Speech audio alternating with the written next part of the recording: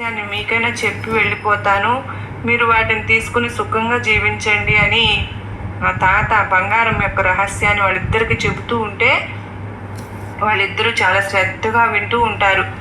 ఇక తాత కొన ఊపిరితో ఇలా అంటాడు, నేను చెప్పేది చాలా శ్రద్ధగా వినండి బాబు. ఆ భవనం వెనుక ఉన్న వేప చెట్టు మొదట్లో బంగారం ఉంది. దానిని మీరు త్రవ్వి తీసుకుని ఇద్దరూ సగం సగం పంచుకోండి అని ఆ బంగారం యొక్క రహస్యాన్ని చెప్పి ఆ తాత తను చాలిస్తాడు. దాంతో వారు ఆ వ్యక్తి మరణానికి దుఃఖించి అతను మరణించిన కొద్ది రోజుల తర్వాత ఎవ్వరికి తెలియకుండా ఆ భవనం వెనుకొన్న వేప చెట్టు మొదట్లో భూపతి రామకృష్ణ ఇద్దరూ కలిసి కొద్ది కొద్దిగా తవ్వగా వారికి అక్కడ ఒక పాతకాలపు బిందె కనపడుతుంది. ఆ పెద్ద ఆయన చెప్పింది నిజమే భూపతి, చూడు బంగారంతో నిండిన బిందె, ఇది మన శ్రమ వృధా కాలేదు. అవును, ఆ ముసలాయన పోతూ పోతూ తన సంపద అంతా మనకి ఇచ్చి వెళ్ళాడు.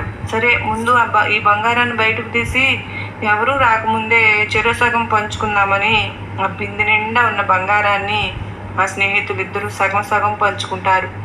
ఆ తర్వాత వారు అక్కడి నుండి వచ్చేసి ఇద్దరు ఇలా మాట్లాడుకుంటారు, రామకృష్ణ, నేను ఈ బంగారంతో నగరానికి వెళ్ళి అక్కడ నగల వ్యాపారం చేద్దాం అనుకుంటున్నాను, నువ్వు కూడా నాతో రారాదు?